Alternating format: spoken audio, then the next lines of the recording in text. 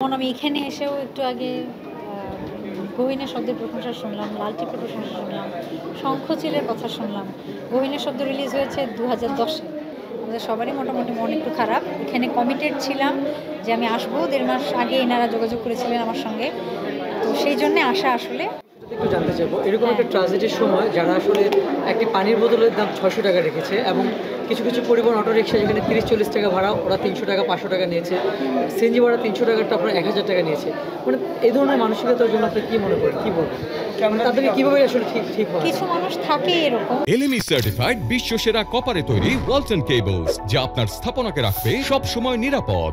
যারা জন্মগতভাবেই সেটা তার মানে আর্থিক ব্যাকগ্রাউন্ড যাই থাক, সে ধনী হোক দরিদ্র হোক যাই হোক, তাদের মানসিকতা এরকম যে তারা যে কোনো মানুষেরই দুঃসময়ে সুযোগ নেয়। এই ধরনের কিছু মানুষ আছে।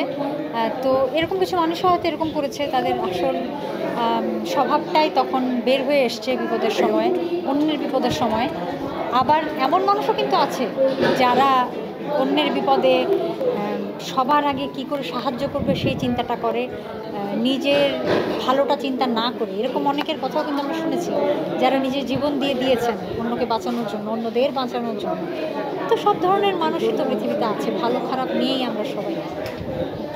আপু, যেহেতু শরতে একটু যেহেতু বলতে চাচ্ছেন না, তারপরে বলছি, অনেকদিন পরে শরতে সবাই ব্যাক করেছেন এবং খুব ভালো সাড়া পেয়েছেন, এবং সামনে এরকম কি কাজ আসতেছে আপনার? আমি তো অনেক স্লো কাজ করি। 25 বছরে আমার 4টা সিনেমা। আমি অনেক স্লো কাজ করি, কিন্তু আমি চাই আমার কাজগুলো 10-20 বছর পরও আমার ভক্তদের বা দর্শকদের মনে থাকুক। যেমন আমি এখানে এসেও একটু আগে গহীনের শব্দের প্রশংসা শুনলাম, লাল টিপের প্রশংসা শুনলাম, শঙ্খচিলের কথা শুনলাম। গহীনের শব্দ রিলিজ হয়েছে 2010-এ, লাল টিপ 2012-তে, এখন 2025। এই জন্যই আমি কম কাজ করি। এই জন্যই আমার মনে হয় একটু প্রস্তুতি নিয়ে সময় নিয়ে ভালো কাজটা করাই ভালো। বাট তার মানে এই না যে আমি কাজ করব না, কাজ করতে চাই না, তা না। হ্যাঁ, আমার মন মতো হলে, সব কিছু যদি আমার মন মতো হয়, আমি নিশ্চয়ই কাজ করব। এই যে মানে অল্প সংখ্যক কাজ, মানে দীর্ঘ বিরতির পরপর কিছু কাজ আসছে, তারপরেও দর্শকদের মনে এখনো জায়গা করে নিচ্ছেন, দর্শকদের হৃদয় স্থানটা এখনো রয়েছে, সেই দিকটা আসলে কিভাবে দেখেন? এটা আমি যে একটু আগেও বলেছি, আমি নিজেকে অনেক লাকি মনে করি, অনেক ব্লেসড মনে করি। এগুলো আল্লাহর রহমত। কারণ আমি এরকম অনেক, আমি না, আপনারাও এরকম অনেককেই দেখেন যারা প্রতিনিয়ত হয়তো স্ক্রিনে থাকে, কিন্তু মানুষ হয়তো মন থেকে ভালোবাসে না বা কম বাসে।